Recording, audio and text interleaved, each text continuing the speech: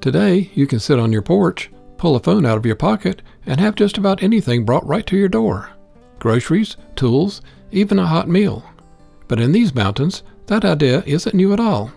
What you think these older people would think about nowadays, just calling up and ordering your food and having it delivered to the door? They wouldn't believe you. No. No.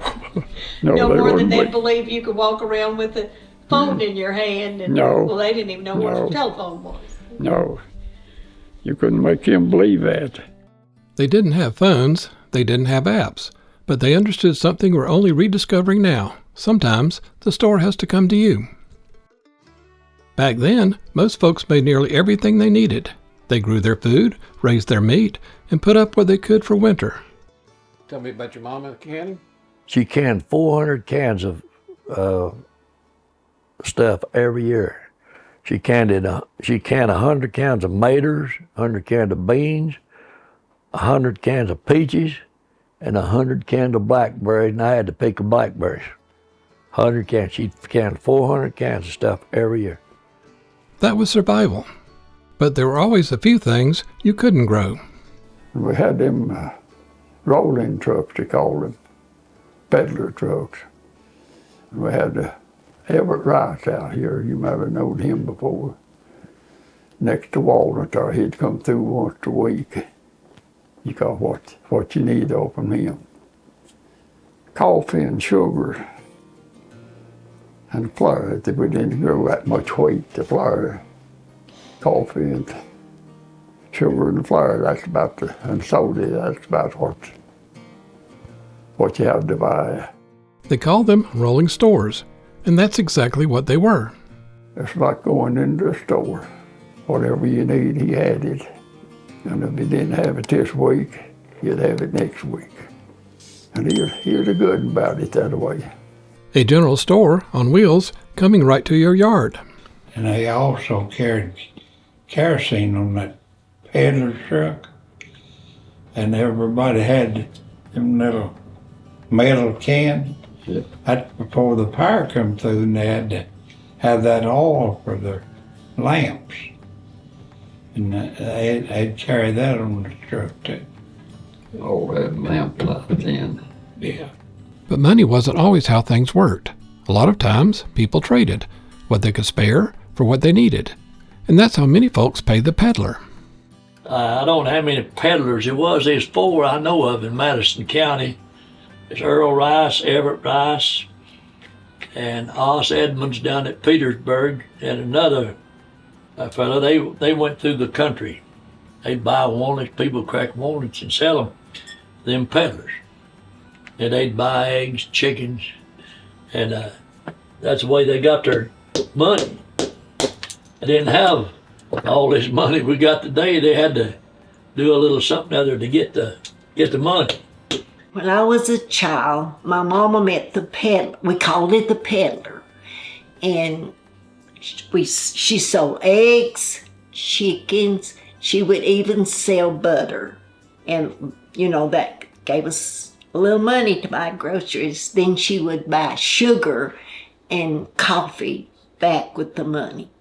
My mother, she'd taken, raised these chickens up to about 2 and 3 pounds. And the peddler, we called him the Peddler truck. He'd buy them chickens. That way he could get her sugar and lard and stuff with it. We get out and dig herbs and things and drive and take them to the peddler, and they'd buy. And we bought a lot of groceries like that. So what kind of herbs did you grow? Bloodroot and lowbilly is a bush that grew up right that high, a weed like. It's about the highest thing you could do. It must have had a good demand for it. Yeah. So you traded for a lot of stuff then? Yeah. Yeah. And what would you get off the truck? Like sugar, coffee, flour. We didn't get much candy. But something we had to have. And I known my mama to have extra eggs, and that the man driving, he'd buy them eggs, swap them for groceries. When I was a boy, they'd have chickens. They'd trade chickens and eggs, and the people that had chickens would trade the eggs for stuff, like coffee and stuff like that, the peddler had. And I've seen them go down the road with a basket of eggs going to meet the peddler. You know, when you really stop to think about it, those peddler trucks weren't just a convenience, they were a necessity.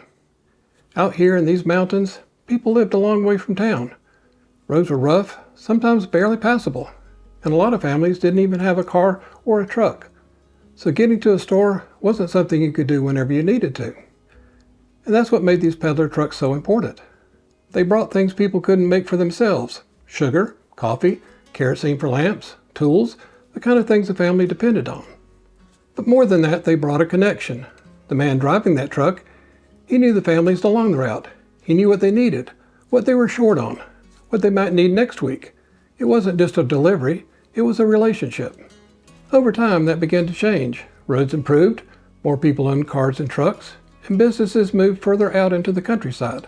Little by little, folks didn't have to wait for the store to come to them anymore. They could go themselves, and the peddler trucks just faded away.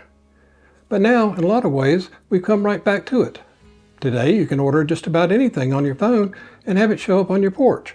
Groceries, packages, meals, it's the same idea. But it's not quite the same thing, because back then, you knew who was bringing it, and they knew you. And maybe that's something we've lost along the way. On this channel, I hope to continue to honor the people, vibrant culture, and strong traditions of Appalachia. If you share my interest in the people and places I call home, be sure to hit the like and subscribe buttons to learn more about this way of life. The black and white photographs in our videos are taken from my 3 Appalachian-themed books, which are available online. You can find us at thefaceofappalachia.com and barnwellphoto.com, and on Instagram at Tim Barnwell Photography. Thanks for stopping by. Hope to see you again soon.